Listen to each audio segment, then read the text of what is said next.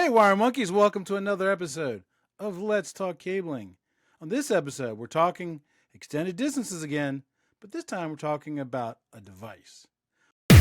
Welcome to Let's Talk Cabling, the award-winning podcast where knowledge is power and the low voltage industry connects. Hosted by Chuck Bowser, RCDD, we're here to empower installers, designers, and industry pros with the tips, stories, and best practices you need to stay ahead.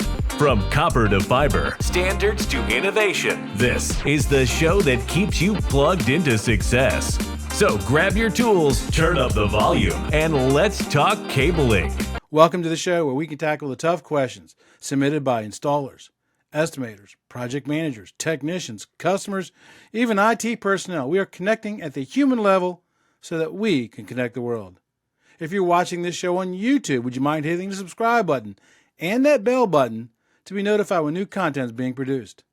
If you're listening to us on one of the audio podcast platforms, would you mind leaving us a 5-star rating? And if this show's not a 5-star rating, send me an email. Let me know what I need to do to make it a 5-star rating. Wednesday night, 6 p.m. Eastern Standard Time. What are you doing? You know I do a live stream on TikTok, LinkedIn, Instagram, YouTube, everywhere that I can put it out to, where you get to ask your favorite RCDD. And you know that's me. Your favorite RCDD questions on installation, design, certification, project management, estimation. I even do career path questions. But I can hear you now. But Chuck, I'm driving my truck at Wednesday nights at 6 p.m. I don't want to get into an accident. Take a breath. I record them, and you can watch them at your convenience. And also, while this show is free and will always remain free, if you find value in this content, would you click on that QR code right there? You can buy me a cup of coffee. You can even schedule a 15-minute one-on-one call with me, after hours, of course. You can also buy Let's Talk Cabling t-shirts on Amazon. Those are all ways that you can support the show. So as I said, I've done a couple of shows recently on extended distances. That seems to be the hot thing right now in our industry, which is kind of funny because it's been around for a while. So I just did a show on extended distances. I'm working on another one, and I happened to come across a post from one of my good friends about a new PoE extender. And I was like, oh, what? What's that? So I had to call him out and say, hey, you want to come on the show to talk about it? And he says, sure. Now, some of you old people who've been listening to me for a while might recognize this guy. But for those you don't, Tyler, welcome back to the show. How you doing, my friend? Chuck, good. How you doing? It's a pleasure to be back on the show. Always happy to talk to your audience. We love you guys out in the field. You guys make what we do possible. Absolutely. So for those people who are new and may not have seen the episode or two that you might have been on before, why don't you just give us a short intro? Who is Tyler and why should we listen to you? My name's Tyler Andrews. I'm the CEO of PoE Texas. I've been the CEO of PoE Texas since 2016. We're based right here in Austin, Texas, and we do all things power over Ethernet. That's what we do. If it doesn't have power over Ethernet, we don't do it. And so we study PoE. We're experts in PoE. That's the thing we know. So when Chuck has a question about PoE, he comes to me, and I love answering his questions because you always have good questions, Chuck. You always test me and make sure I really know what I'm talking about. And so I love it. It makes me so excited. Yes, you are. My dad always used to say, how smart you are is not the number of degrees you have. It's the people that you surround yourself with. And I surround myself around people way smarter than me. Hence you. I'll take it. There you go. Even though, I got to get this dig in. Even though you like beef brisket better than pork barbecue. But we can still be friends. Chuck, the offer still stands. Uh-huh. A barbecue challenge. Chuck and Tyler, head to head for your audience. I'll bring a brisket, you bring some pork, and we'll see how we do. I'll probably take you up on that, but let me get a new smoker. Remember I was telling you at the Bixie conference that mine kind of died on me, and then I had to go get a temporary one because I already had a group of couples coming over for game night, and so I had to go buy a cheap one because I didn't want to go buy a good one right off the gate because I'm still doing my research. And it was a cheap $99 one from Lowe's, and And while everybody at the thing said, "Oh man, this is great barbecue," I was like, "Yeah, nah, I don't, nah, not my best. I don't like it." But they say that the chef is always their worst critic. So there you go. But that's a future show. Maybe we should start thinking about that for next Bixie Winter Conference. Maybe doing It's an coming up. off-site meet and do something like that. That'd be cool. That would be cool. And you could call it the off-site MEAT meet, the off-site meet. Like it. And invite the audience, man. Invite everybody out there to come on out if they come to Bixie or if they're in Yep. the Central Florida area. Yep. Just do a party in your backyard and eat barbecue. Yep. Yeah, I like it. I like it. I like it. We'll have to talk about that after the show and maybe do some preliminary planning. That sounds really cool. So let's talk about this PoE Extender. What's the biggest innovation behind it? The biggest innovation behind it, well, like you said, the technology hasn't changed very much. And I'm happy to go through the technology, what it is and how it works. It hasn't changed very much in terms of like how it does what it does. What we've been able to do is we've been able to scale up the power and scale down the power to hit the right price point and the right technology or the right amount of power that you need. So when it comes to PoE, it's all about the power. And what power you're sending is what the real question you need to answer. So that's what's come out. We've got a much more affordable, smaller form factor, and then we've got our more pro grade metal enclosure, higher power grade version out there. So we have those two extender versions, both rated for outdoors. Right. Just because we find customers really appreciate the outdoor equipment. I guess I really kind of missed that step there. I tripped up the deck per se because I went right straight to the device and I didn't kind of tell people what the heck this thing was. Right? It's a device that you put on the end of the cable. Right? So if you have a customer that wants to extend the PoE, extend their data out to longer distances and stuff, this is a device that you can put on the cable instead of going with one of the other solutions like the hybrid fiber solutions, which it's a viable option for the right scenario stuff. But this is kind of a different type of solution. So that's what we're talking about. I kind of jumped right over that. That was my fault, right? So why don't you give us just the quick 30-second view? Because when I saw this, I've seen PoE extenders before, but this one is just really cool. So why don't you give us just a high-level description of what this PoE extender is? Sure. Let's talk about what PoE extenders are. Okay. And why they're important. So what ends up happening is you guys out there, you do wiring, you know the hard and fast rule, 100 meters for 330 feet. That's as far as, I'm going to use air quotes here, that's as far as PoE can go. Why is that? And I'm going to throw up a little something here to help answer that question. Ooh, sorry, wrong one. There we go. Let's see if this one comes up. 100 meters, 330 feet. Why is that? Why is that a limit that is so set in stone? And frankly, I got to admit, as when I first found out about the 100 meter, 330 foot limit, I was a little disappointed. I'm like, this is the internet. It spans the entire planet. Why on earth do we have to live in this realm of 100 meters or 330 feet? Well, let me get into the technical details because I'm a technical guy and I love doing this. So what ends up happening is when you send a data signal over copper cables, you actually send little tiny pulses of electricity. And the data is a little bit of a 1 volt to 2.5 volt pulse up is a 1. And then when it drops back down to a -1 or a -2.5, that's a 0. And it's just these little pulses up and down running along the wire. And when you get the pulses up and a pulse down, just two, like a 0 and a 1, you get a bit. You get a bit. And I got a little tip for you here. Did you know that when a 0 and a 1, when the bytes get together, and spend enough time together and are close enough together to become mommy and daddy bits, they become bytes. 8 bits make a byte. a family of bytes. Yep. So that's how you get a byte. You get 8 bits of zeros and ones to get a byte. But what ends up happening is those little 2.5 volt maximum little signals, as they run down the copper has a little bit of resistance. And that resistance shaves off just a little bit more of that signal.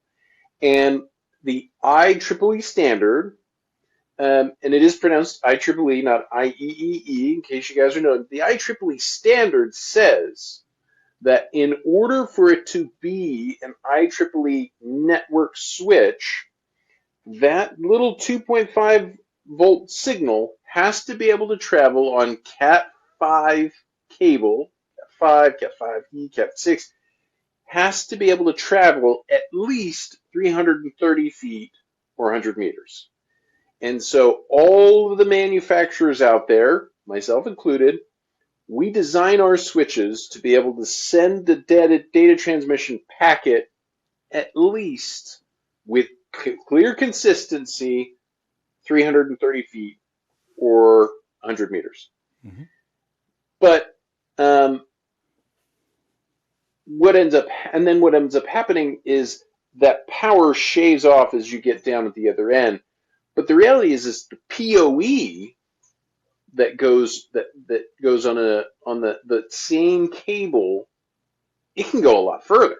Right. It can go a kilometer by itself because it's not 2.5 volts, it's 56 volts. So it's sending 56 volts down the line. That can travel a kilometer.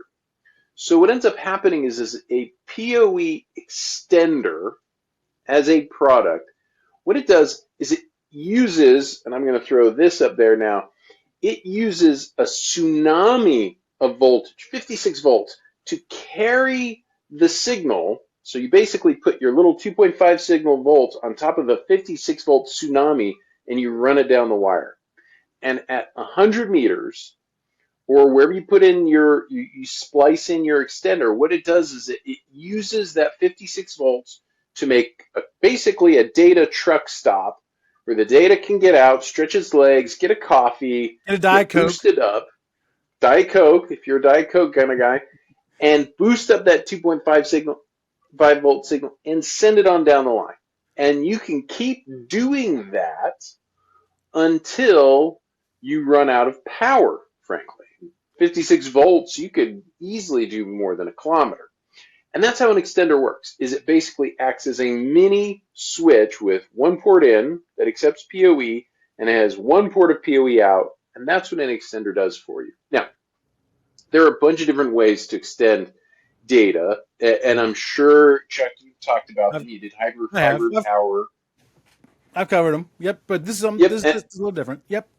And they've got some switches. There are some switches that you can flip a switch or you can configure it, and that switch can go 200, 300, 500 meters. But the key here, and there are some guys who do the cables. Who are the guys that do the really special cable, like the secret cables? Game changers. I love game changers.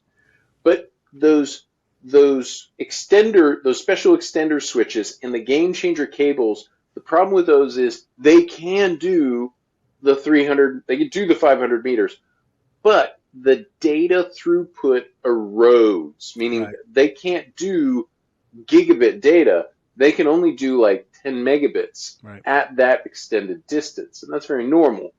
And if that's all you need for a security camera, maybe that's what makes sense for you.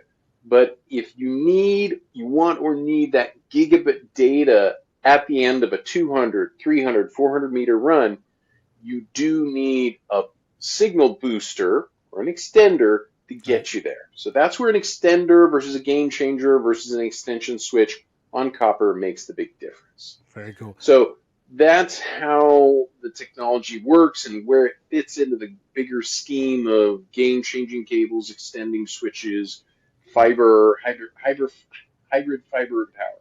Let's take a short break. Are you looking to grow your low-voltage business? At Bowman Vision Media, we don't just market to the low-voltage industry. We come from it. With decades of experience, we uniquely understand your business and how to help it grow. From social media to content creation, we deliver marketing that works as hard as you do.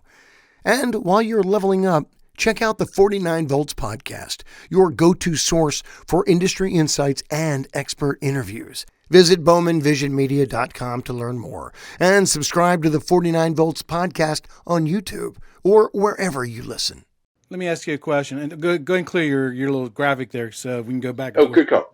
Yeah. So let me ask you this question. The PoE Extender, is it active or is it passive? It is an active device. Now, well, let me rephrase.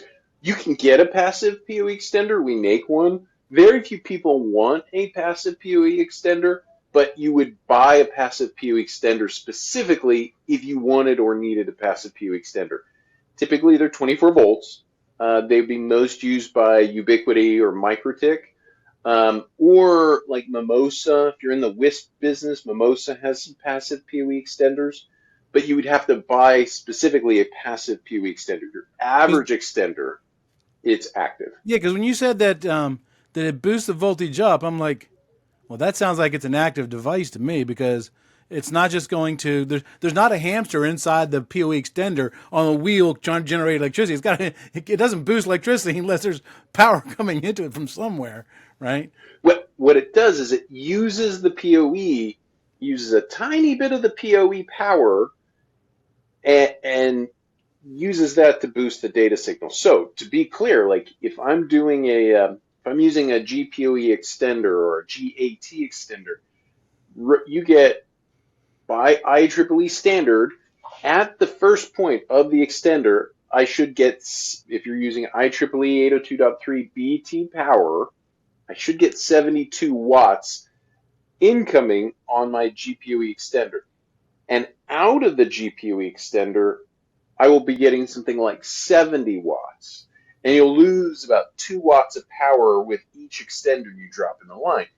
Typically, that's not that big a deal if you have like PoE Plus or PoE Plus Plus. Mm-hmm. If you're trying to use just a regular PoE extender, that might become problematic if you only have 12 watts. When you got 30 watts or 25 watts and 72 watts, typically you can get lots of extra runs for your end device. So I'm assuming this PoE extender you put on the end of the cable, is there a maximum distance where does that PoE extender have to be at or below the 328? Yes, it must be somewhere between 0 and 328 feet. You have to install it in there somewhere. Gotcha. You can't go like 370 feet and put in an extender and be like, why isn't it working? It needs to come in within that 100-meter range.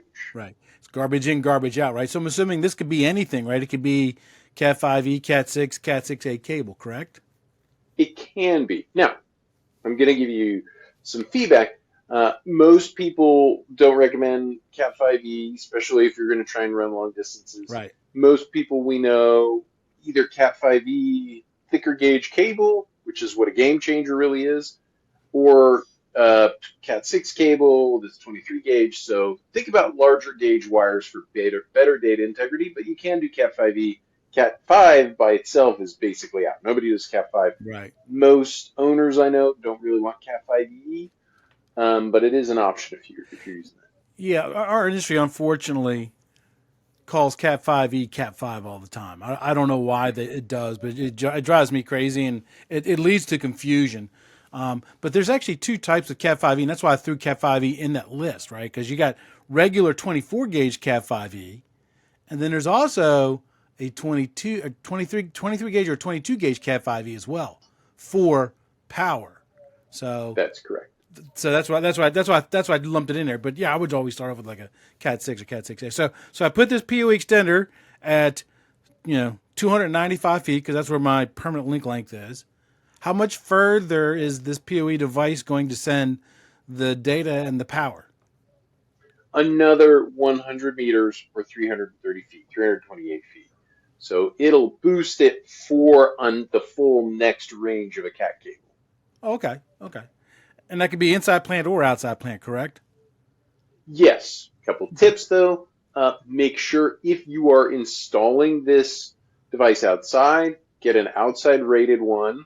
You and I have talked about it a lot Yep. about water intrusion, big issue.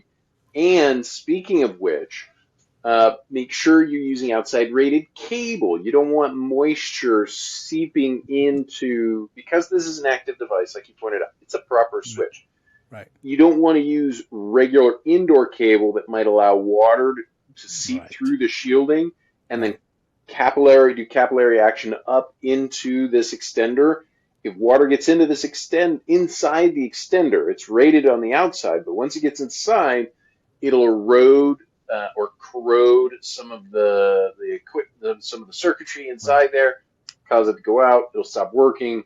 We see it occasionally. People send one back. Oh, your stupid thing is broken, and then we open it up and It's water saturated runs with water. out. We're like, well, we'll still take care of you. We love you because we want you to be very happy. But it did, don't get Yeah. water inside next time. Yeah, yeah, no, I deal with the same thing with my day job a lot. They send us back stuff all the time, and there's obvious signs of abuse sometimes, and you're like, yeah, you didn't install this the way that we taught you to install this, So, but yeah, it happens, and because you're a company, you want to maintain a good customer relationship, and because they'll buy future ones. If you take care of them, they'll buy more in the future, so you'll definitely make the money back, even on giving a warranty on one that clearly outside of the warranty sometimes. Hey friends, I want to tell you about a great organization, Technology Worldwide, an active community of tech professionals dedicated to elevating our industry and each other.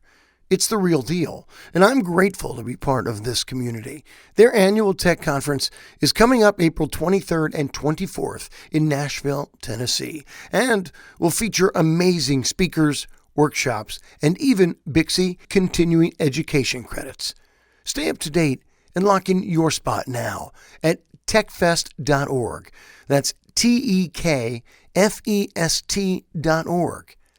I encourage all my low voltage followers to consider joining to see if they want a seat at TKW's table too. All are welcome to learn, grow, and see what putting community over competition can do. Go to techfest.org for more information. Let's talk about installation and best practices, right? Yes.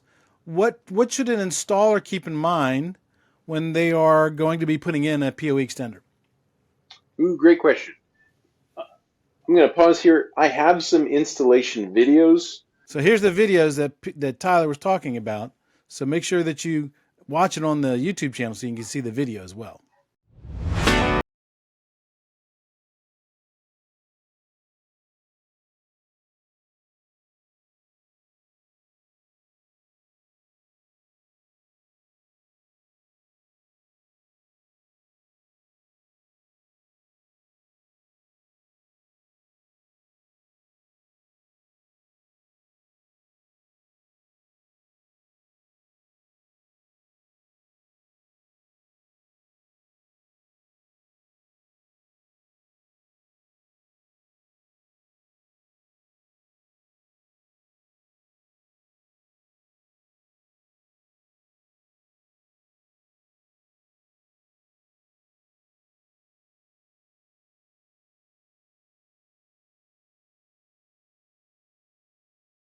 To add to what we said in the videos, the main points are use good outside rated cable. Yeah. Don't go cheap on it. Don't use indoor cable if you're installing these outside. And then the most important thing is use a wrench to tighten the water seal glands. You're going to be so tempted just to hand tighten it. Look, man, that feels real tight. But we do water testing. We actually take these guys, tighten them, and drop them in a bucket of water and let them run for a week or two. I think we were doing like 2 months, fully submerged in water. They're not technically rated for full submersion because there's a whole bunch of different factors, but we Right. submerge them because we want to make sure you have good quality product. But what you need to do is you need to get that guy a good grip in your hand and actually use a wrench to tighten the watertight glands onto the cat cable. And that's just really, really important to do. That's probably the biggest problem that you run into. Normally, you're not going to have that's no configuration. You just plug PoE into one side, plug your next run into the other side, tighten it, obviously do your continuity checks. That's another thing. And then the only other thing that I might suggest is problematic, since we're doing 802.3 BT type PoE, the one area that we run into occasionally are LLDP devices. Now, I've got my own opinion, and I apologize. I'm probably going to offend some of you. You're going to send some very nasty chats about That's okay. how wonderful. I love those comments because it gets the views on the video. So say it away. LLDP is a terrible idea for PoE. Absolutely the worst idea for PoE on the PSE side or the switch side, but especially on the PD side. LLDP, terrible idea. Right. Before Because you go on, let me do something really quick. Acronym guy, right? PSE, power sourcing equipment. That's the equipment that puts out the power. PD, power device. Now the LLDP, it's called a I don't know what that one is. link layer data protocol. And what link layer data protocol by itself is not a bad thing. It's actually a really good thing. What you typically use a link layer data protocol for is identifying devices on a network. So when you plug in your computer into your firewall or into your layer 2 managed switch, it is the link layer data protocol that reaches out and says, "What's your name?" And it responds back and says, "My name is desktop123x54." And that's great because what it allows you to do is map your network really well. Well, unfortunately, some engineer thought it would be a great idea to say, well, then why don't we use that to negotiate PoE since we're doing that? Well, it creates a problem for you because LLDP requires the end device, the PD, the power device, to boot on 15 watts of power, whatever that may be. If it's a giant heavy camera or it's a light or anything, it would require that device to boot onto 15 watts of power, spin up a processor, have the processor send a fully qualified data communication packet up the line to the switch and say, "Oh, Mr. Switch, I need actually 60 watts of power to do my full function." And then the switch goes, "Oh, okay." And then it sends 60 watts of power. The problem is it adds a lot of complexity and it adds a lot of extra hardware and expense into the equipment. And so for something that doesn't really add any benefits, because the IEEE standard for PoE, and everybody's got IEEE chips, doesn't require the link layer communication. It does one negotiation at the time to allow you to power up the full device with the first negotiation. It's a much simpler situation. So anyway, that's my vote. But the problem that you could run into is people like Aruba. I'm going to rewind. I don't think Aruba does this. It's Meraki. We have run into a problem with Meraki. And this becomes a problem for any extender basically on the market. Meraki or any kind of device that does link layer data protocol PoE, it doesn't work very well on an extender because it requires an extender that itself does link layer protocol. And either the extender or the switch, or the injector or the switch, it's got to do that LLDP, and it doesn't always transmit through your extenders or your injectors very well. So there is that one case. It's an edge case. I'd say I've seen less than 2 or 3% of our customers have this issue, but it's one that I'll bring up. Yeah, so I'm glad you went into that because I'm a knuckle dragging cable guy. I don't do network protocols. Yeah, I pull the cable, I terminate, I put the tester on, I get green lights, good. Chuck gets paid, Chuck goes home. So you start talking about network layer protocol stuff. That's how I go to people, professionals like you. So you said that you've got you took this PoE and you submerge it in a thing of water for long periods of time. So that obviously means it's IP67 rated. For those who don't know, IP67 means it can sustain 3 feet of water for up to 30 minutes. And I think you said you had yours in for like 2 months or something, right? Yes, Yeah. we wanted to know 110%. I wanted to be able to look you, Chuck, in the eye and say, Right. yes, if you put this out in your back patch in Florida, in the ground, with some level of protection, so it's Especially since we just got flooded out by the hurricane and we were underwater for 6 weeks. So there you go, right? Because it's exactly. outside. How are you handling surge protection? It is surge protected as a device, and there is a grounding lug for surge protection, but now we're getting into proper earthing. Make sure you're using a good surge protected injector or switch, and then make sure you're properly grounding the surge protective device, whether it's the switch or an Right. injector. But I'm going to give you a big warning here. And you and I talk about this have talked about this before. The right, some people look at grounding and they go, if a little grounding is good, a lot of grounding must be better. That's not necessarily true when it comes to data communication. You need to be careful that you only properly ground and surge protect and ground. You can surge protect anywhere, but surge protect and ground at one location in a network for communication signal. Because if you don't, so let's say I do this. Let's say I've got a switch that's got a grounding lug on the back of the switch, and I ground that in my back in my house or my office in the IDF or the MDF, and I ground that really well and effectively. And then I run grounded cable. By the way, grounding does nothing if you don't run grounded cable, which would Shielded cable. mean Shielded shielded cable. cable. Right. Shielded cable, good point. So if you don't run shielded cable and you don't terminate the shield to the RJ45, Right. you really don't have shielded cable. Right. You just have a big That's, antenna.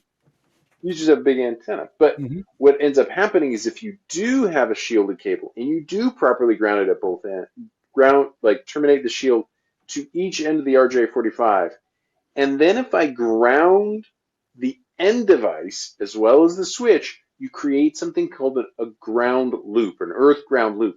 And when the data starts transmitting, it actually generates noise on the shield wire that will actually interrupt the data signal. So, Yeah, ground loops are a huge problem. But you always want to make sure that you install the bonding and grounding system per the ANSI standards. And the ANSI standard tells us shielded cable, both sides have to be bonded to a ground. So just so you know that's in there. It says both sides have to be bonded to a ground. So I know that's kind of goes against exactly what you just said, but that's what it says. Actually, I take it back. That's what it says in the TDMM.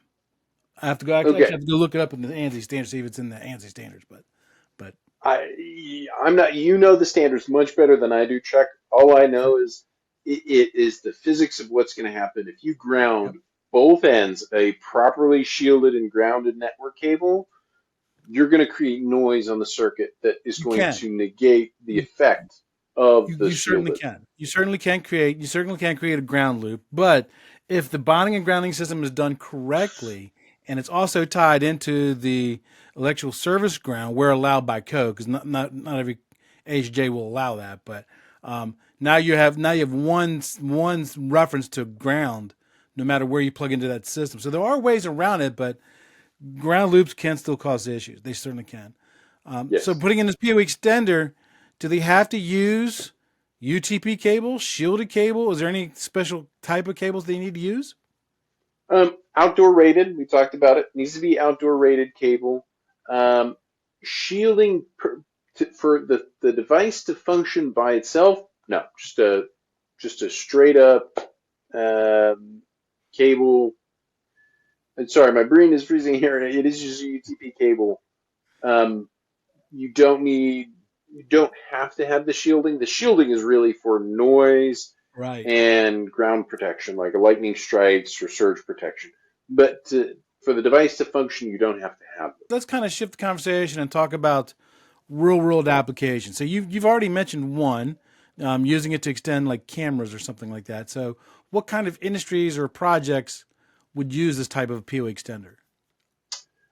I think by and large, cameras, exterior Wi-Fi access points also come in there, and those Wi-Fi access points are the ones that really need the gigabit data. A lot of cameras you can get away with 10 meg, and you're fine.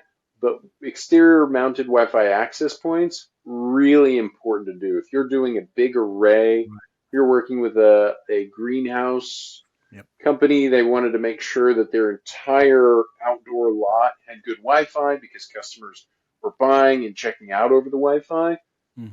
They were using extenders. That was a good extender situation.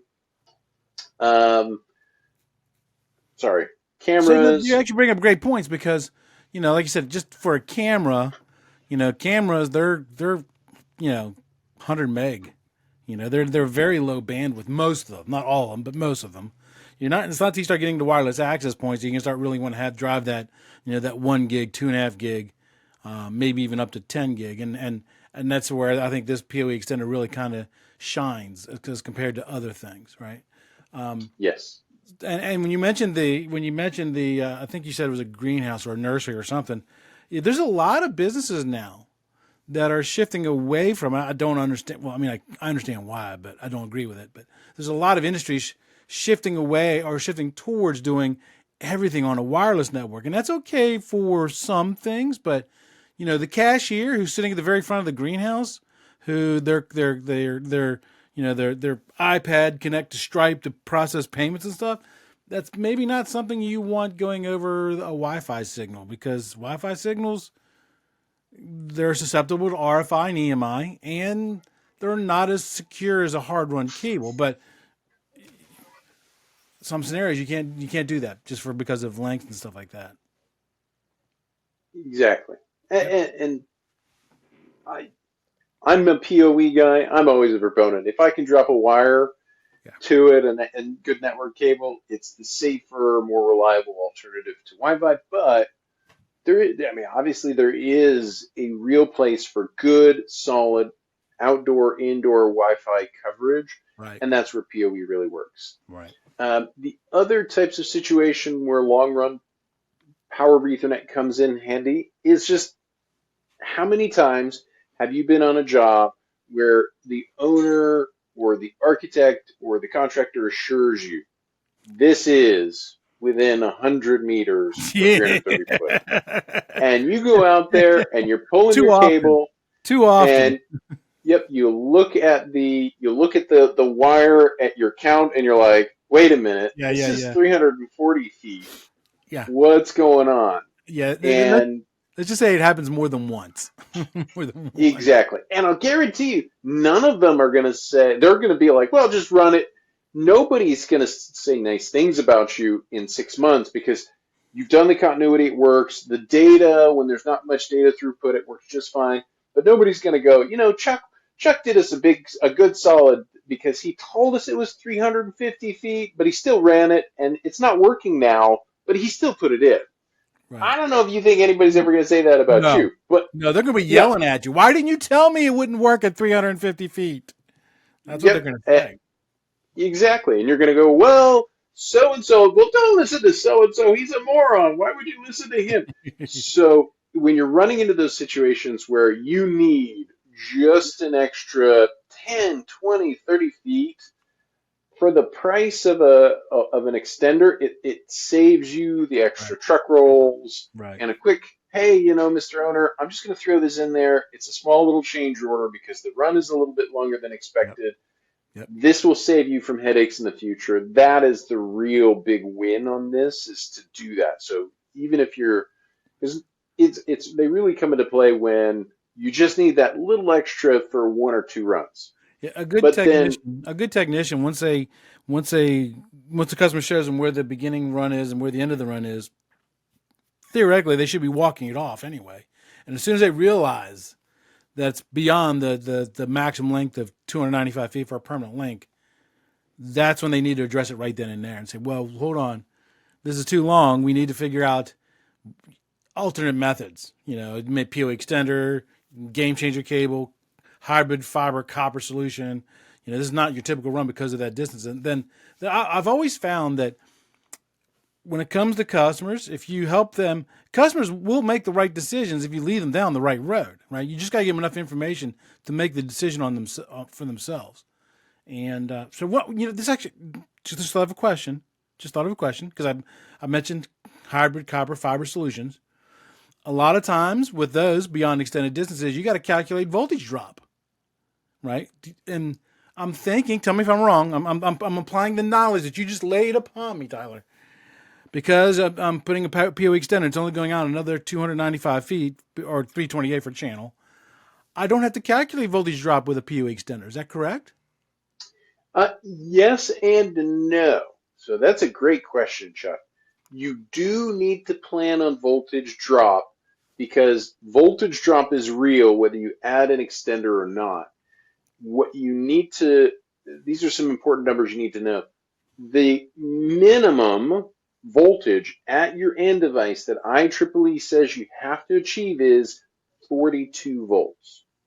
If the volts at the end of your run, and that doesn't matter how many extenders you put in there, but at the end of your run, if it's still a PoE device at the end, and the voltage is below 42 volts, your end device won't turn on. It may. There's usually a range. People give it a range somewhere between like 41 and 45 volts. But if you go below about 42 volts at the end of your run with all those extenders, that's when you're going to run into a problem and you're not going to power on your PoE equipment. So, And you put like a certifier or something on there and measure, not certifier, but a PoE tester to measure that voltage and to confirm, okay, yes, this will work. That'd actually be a good acceptance test.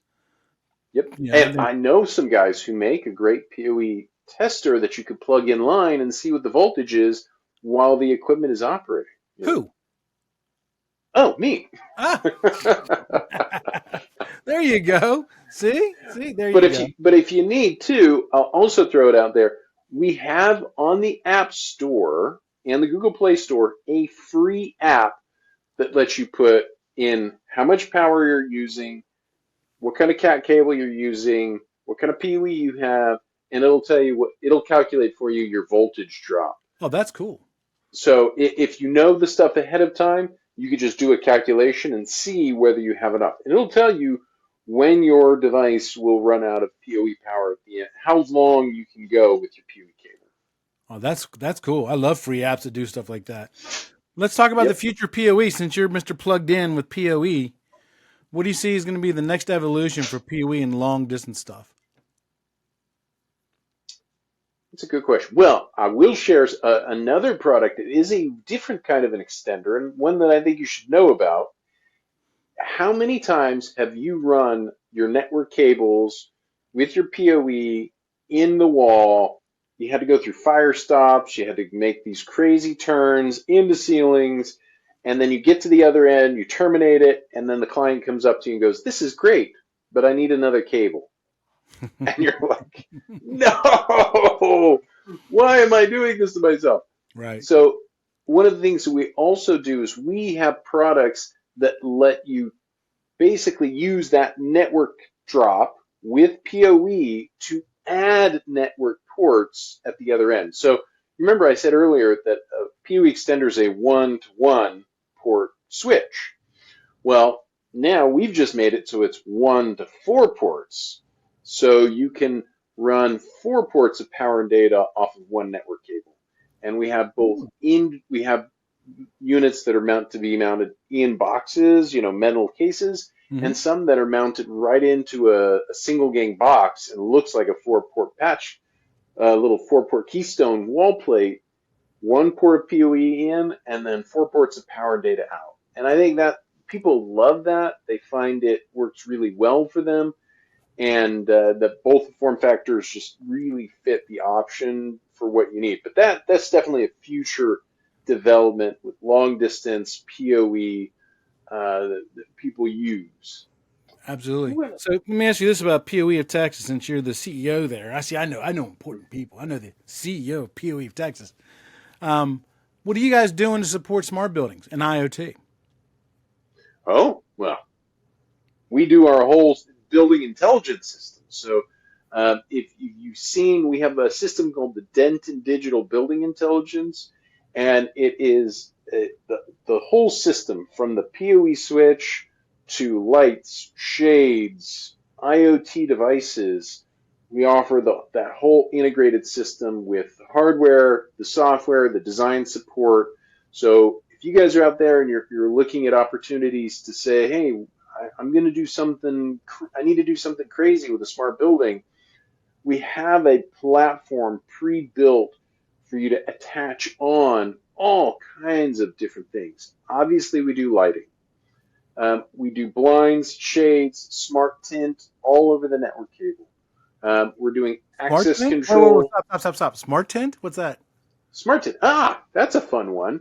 Smart tint is where you've got a pane of glass, and when it's turned off, it's transparent. Looks like normal glass. And then when you turn it on, it goes opaque.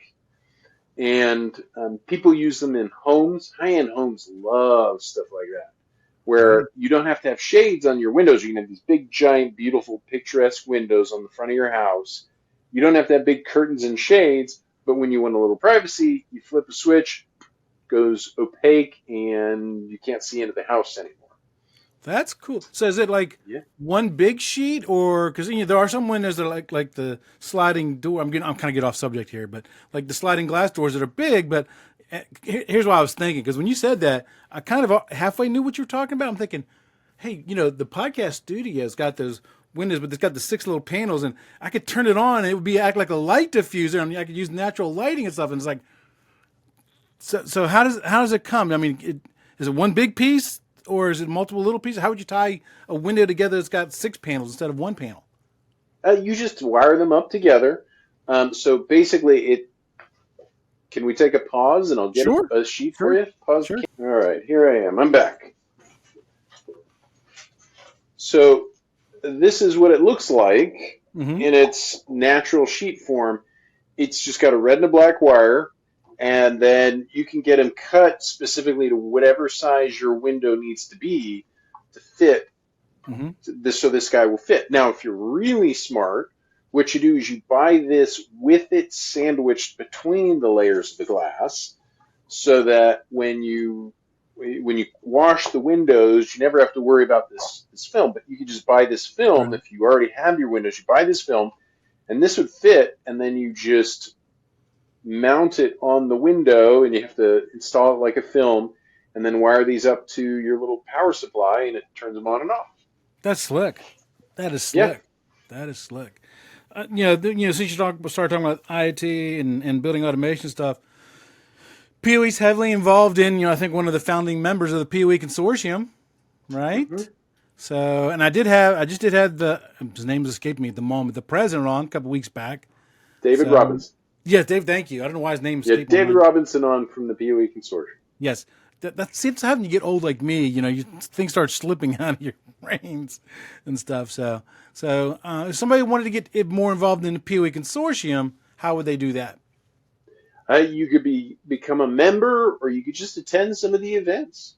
So check out PoEconsortium.com. We give the different membership levels.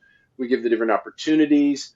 And what we do is the PoE Consortium has a couple of different, very cool things that it does. One of the things that they have a training committee, and one of the things the training committee does that I really like, and I participate in every year, is something called the PoE Symposium or PoE Installer Symposium. And that's where we specially invite field people who've actually done installations for building and automation and IoT equipment. We invite them into a room. We all come together, and we sit there for 1 to 2 days just hearing everything they have to say. Yep. what went well, what didn't go well. And in fact, for those of you who might not know, Chuck moderated one of those events for us here in Austin, Texas. You need to go back and watch it. If you haven't seen it, Chuck put it on his channel. You get to see him talking to IoT people. Yep. I was invited to do the second one, but it conflicted with my training schedule, so I couldn't do the second one. And then the PoE consortiums, didn't I see something? They're going to be at NECA? Oh yeah, we attend Bixie, we attend NECA. Check us out at Greenbuild. PoE consortium members. You might be surprised where you'd find us at different industry events and how many of us there are out there. Tyler, you're a wealth of knowledge, and I always appreciate you coming on and sharing more knowledge. Unfortunately, that 15 pounds of knowledge you dumped on my head, 13 pounds fell off the back and is landing on my German Shepherd laying on the ground behind me. So I'm going to have to ask you those questions again. So I appreciate you coming on, my friend. Always a pleasure, Chuck. Whenever you need anything, you let me know. I'm here for you.